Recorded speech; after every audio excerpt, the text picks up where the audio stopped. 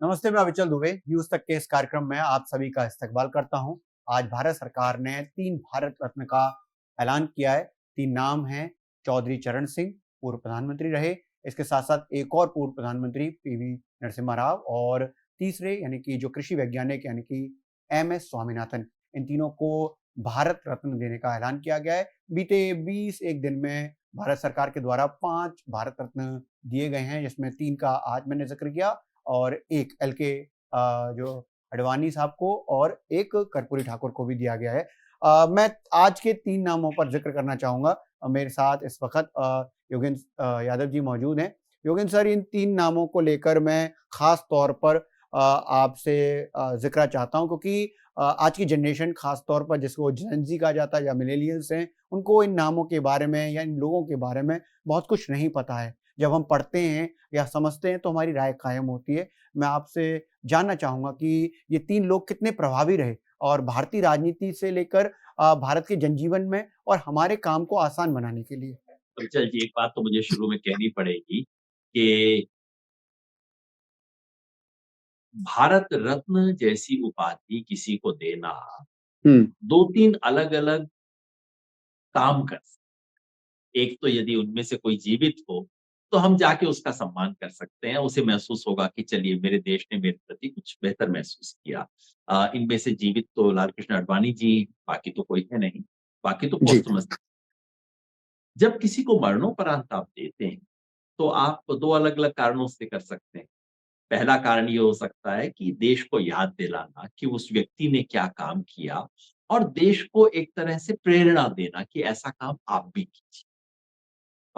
दूसरी चीज़ जो होती है वो राजनैतिक खेल और तिकड़म कि मैं हुँ, किसी मृत व्यक्ति मरणोपरांत किसी व्यक्ति की याददाश्त पर कब्जा करना चाहता हूँ या उसको उसकी विरासत को एक जायदाद की तरह इस्तेमाल करके अपना व्यापार करना चाहता हूँ। और मुझे अफ़सोस होता है कहते हुए, ये तीनों व्यक्ति श्रद्धेय हैं, वैसे भी इस देश में मरणोपरांत किसी के बारे में बुरा कहने का कोई रिवाज नहीं है और उसे हमें फ़ॉलो करना चाहिए। अ, लेकिन तीनों व्यक्ति श्रद्धेय हैं। मगर जिस तरीके से किया गया, जिस समय किया गया, जिस हुँ, माहौल में और जिस नियत से किया गया, वो भारत रत्न की परंपरा को ऊपर नहीं करती, उसे नीचा मुझे लगता है कि ये तो अपने पाप ढकने के लिए भारत रत्न दिया जा रहा है दूसरों को। अब कौन कहेगा कि चौधरी चरण सिंह को भारत रत्न नहीं मिलना चाहिए? कम से कम मैं तो कभी नहीं कह सकता, मेरे लिए श्रद्धेय रहे हैं और जिन हुँ, लोगों से मैंने प्रेरणा प्राप्त की है जीवन में, उनमें से चौधरी चरण सिंह रहे हैं। तो कोई व्यक्ति कभी भी चौधरी चरण सिंह को कुछ भी रिकॉग्निशन देता है, मुझे दिल में अच्छी ठंडक पहुँचती है, अच्छा लगता है। मगर आज चौधरी चरण सिंह को भारत रत्न देने के पीछे क्या नियत? आप सब लोग जानते हैं, अखबार में दिन-रात छप रहा है, मैं कोई खुफिया जानकारी आपको नहीं दे रहा हूँ सही बात। कि ये आगामी चुनाव में उत्तर प्रदेश में राष्ट्रीय लोक दल के साथ एक चुनावी गठबंधन करके इंडिया गठबंधन को उत्तर प्रदेश में झटका पहुँचाने की राजनैतिक तिकड़म का हिस्सा है। ये हर कोई व्यक्ति जानता है। क्या इससे चौधरी चरण सिंह का कद ऊँचा होता है? मैं नहीं समझता कि इससे ऊँचा होता है। अगर किसी सामान्य परिस्थिति में दिया जाता और देना चाहिए था, पुरानी सरकारों को देना चाहिए था, इस सरकार को पहले देना चाहिए था। अगर होता, तो लगता है कि हाँ, इस देश ने एक किसानों के मसीहा का सम्मान किया। जब इस देश में किसान आंदोलन अपने शीर्ष पे था, हुँ, उस वक़्त आप चौधरी चरण सिंह का सम्मान करते तो महसूस होता कि हाँ, चौधरी साहब का सम्मान हुआ, इस देश में किसान का मान हुआ। आज जिस तरीके से किया अपने राजनैतिक तिकड़म के चलते और मुझे तो कहीं ये भी लगता है और उसमें अगर एमएस स्वामीनाथन साहब को भी जोड़ दिया जाए जो कि हुँ, हुँ, अ बहुत अलग जिनका विचार था, चौधरी चरण सिंह से बहुत अलग थे और आपको ध्यान होना चाहिए कि चौधरी चरण सिंह ने उन चीज़ों का विरोध किया था जो एमएस स्वामीनाथन ने बिल्कुल।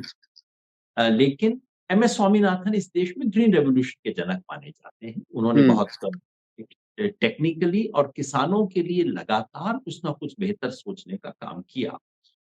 मगर आज के संदर्भ में उन्हें अचानक भारत रत्न देने की राजनैतिक नीयत जो है, वो तो अपना पाप ढकने की है। वो सरकार जो पिछले 10 साल में इस देश की सबसे घोर किसान विरोधी सरकार रही है। वो सरकार जिसने किसानों के साथ सबसे बड़ा धोखा किया, कहा कि तुम्हारी इनकम डबल करेंगे, और उस हुँ। जिस दिन डबल होने का टाइम आ गया तब उसके बाद भूल ही गए, ज़िक्र करना बंद कर दिया। वो सरकार जो कि किसानों के विरुद्ध 3 काले कानून लाई, वो सरकार जब एमएस स्वामीनाथन और चौधरी चरण सिंह का सम्मान करती है, तो मैं समझता हूँ ये अपने पाप को ढकने की कोशिश है चुनाव से पहले। ये तो सच्चाई है।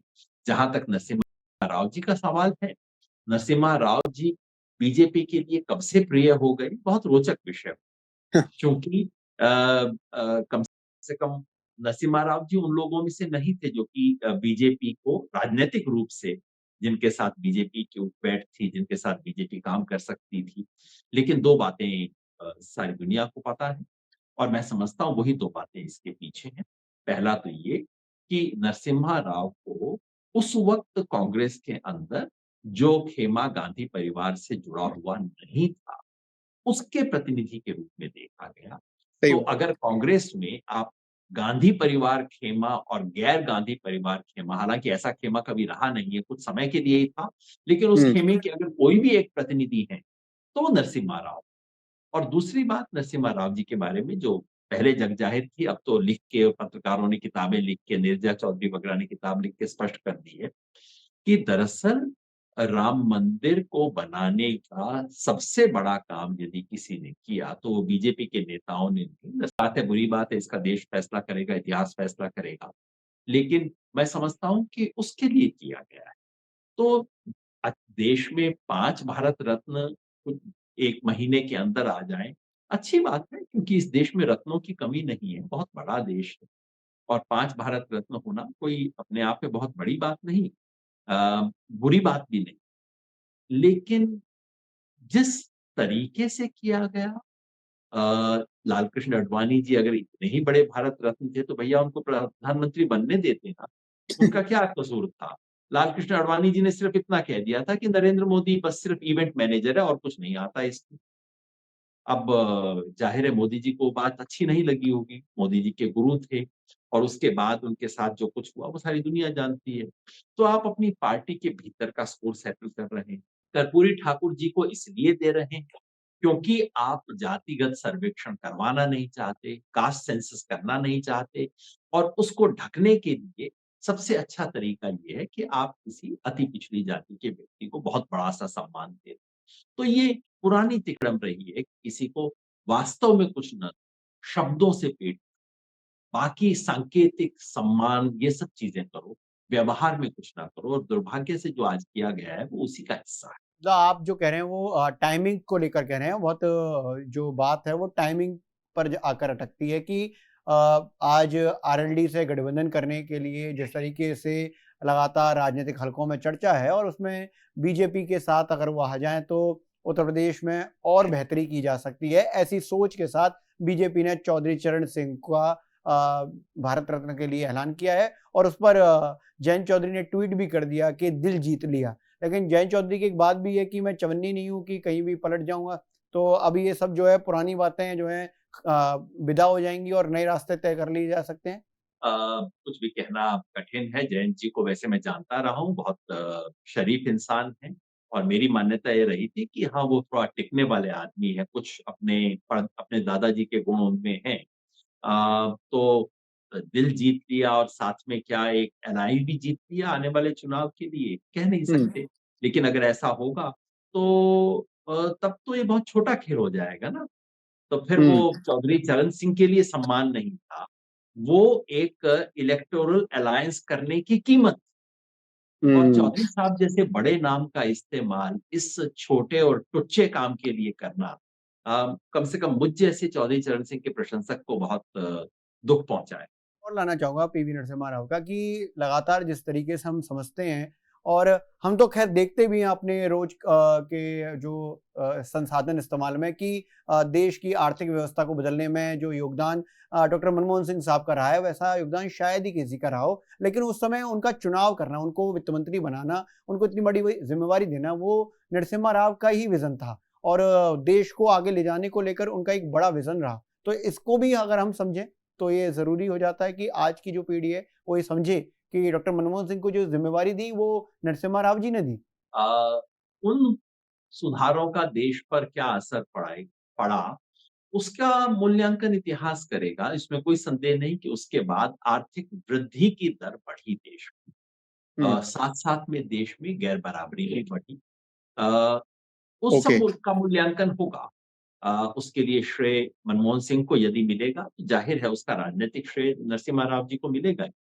लेकिन मेरे विचार से उनको जो आज भारत रत्न दिया गया है, उसका उनकी इस उपलब्धि या उनकी इस पॉलिसी से कोई संबंध नहीं है। याद हुँ, कीजिए, बीजेपी उन दिनों इस पॉलिसी की सबसे बड़ी आलोचक हुआ करती थी। बिल्कुल।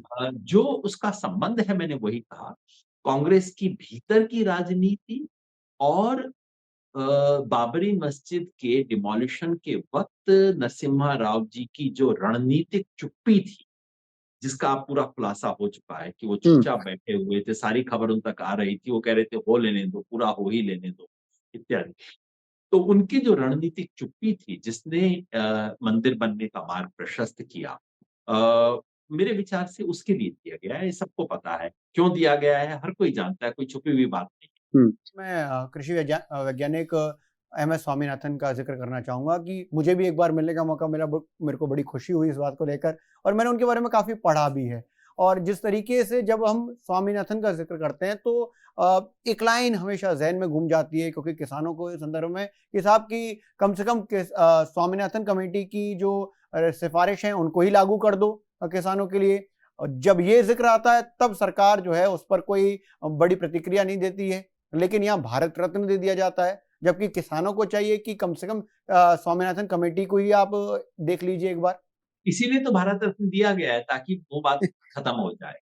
हुँ, देखिए, सारा खेल यही है। हुँ, स्वामीनाथन 2 संदर्भ में देश में याद किए गए। पहला संदर्भ जो जिसने उन्हें वास्तव में प्रसिद्ध बनाया, वो संदर्भ था हरित क्रांति का हरित और क्रांति। नए टेक्नोलॉजिकल ट्रांसफॉर्मेशंस का, जिसमें स्वामीनाथन ने लीड किया, एग्रीकल्चर साइंटिस्ट थे, लीड किया और देश में बहुत बड़े परिवर्तन के वो अग्रदूत बने। दूसरा संदर्भ जिसमें याद किया जाता है, वो था जब मनमोहन सिंह सरकार ने उनको एक किसान आयोग का अध्यक्ष बनाया, जिसने भारत के खेती-किसानी में क्या बदलाव आने चाहिए, उसके बारे में एक दूरगामी रिपोर्ट पेश की। उस दूरगामी रिपोर्ट की ज़्यादातर सिफ़ारिशों को ज़्यादातर लोग याद नहीं रखते हैं। लेकिन हुँ, उसका एक हिस्सा है जो किसान आंदोलन में काफ़ी प्रसिद्ध हो गया। वो एक पंक्ति ये थी कि किसानों को अपनी फसल की संपूर्ण लागत का कम से कम डेढ़ गुणा दाम मिलना चाहिए। संपूर्ण लागत क्या है? ये बिल्कुल स्पष्ट है। संपूर्ण लागत को तकनीकी रूप से C2 कॉस्ट बोला जाता है, जिसका मतलब है किसान की जेब से जो खर्च हुआ वो, किसान की अपनी मेहनत मज़दूरी है वो, और साथ में उसकी अपनी ज़मीन का किराया और जो उसने जो कुछ इन्वेस्टमेंट किया है उसका ब्याज। ये मिला के C2 कॉस्ट होती है। और स्वामीनाथन जी की स्थापना थी कि जब तक किसान को इस लागत का डेढ़ गुना नहीं मिलेगा, तब तक किसान बच नहीं सकेगा देश में। हकीकत ये है कि इस सरकार पिछली सरकार का दोष ये था कि उसने ये स्वामीनाथन आयोग बनाया और हुँ, उसकी सिफ़ारिशें आ गई थी, 2007-8 तक सिफ़ारिशें आ गई जी, थी। अ, मन मनमोहन सिंह सरकार को 5-6 साल थे।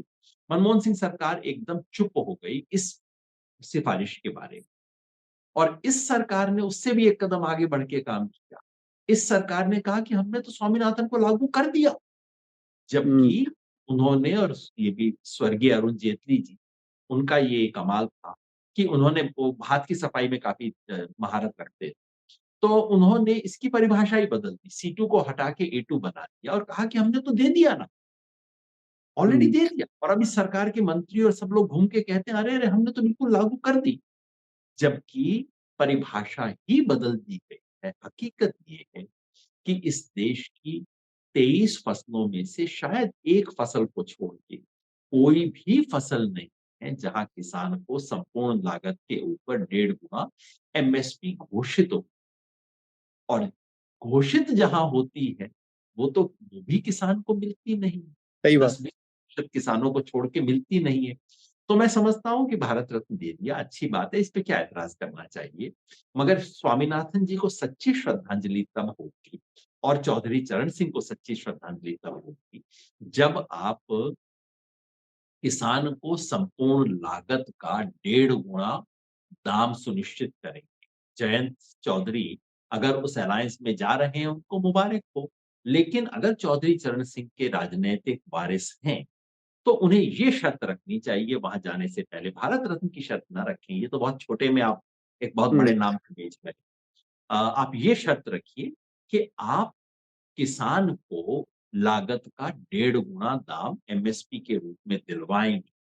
ये शर्त रख के आप जाइए, फिर जहाँ जिस भी अलायंस में जा सकते हैं कीजिए।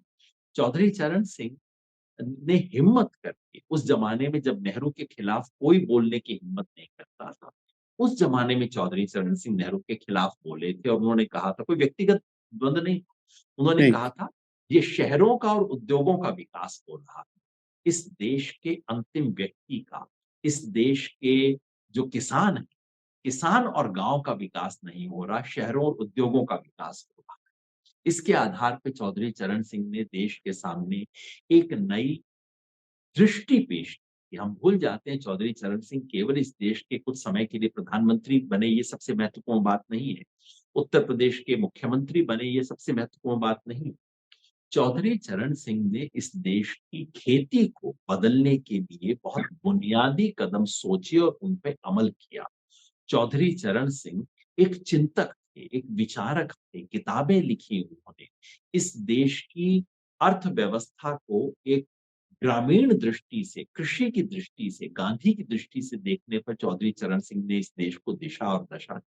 उसे याद करना सबसे बड़ा काम होगा।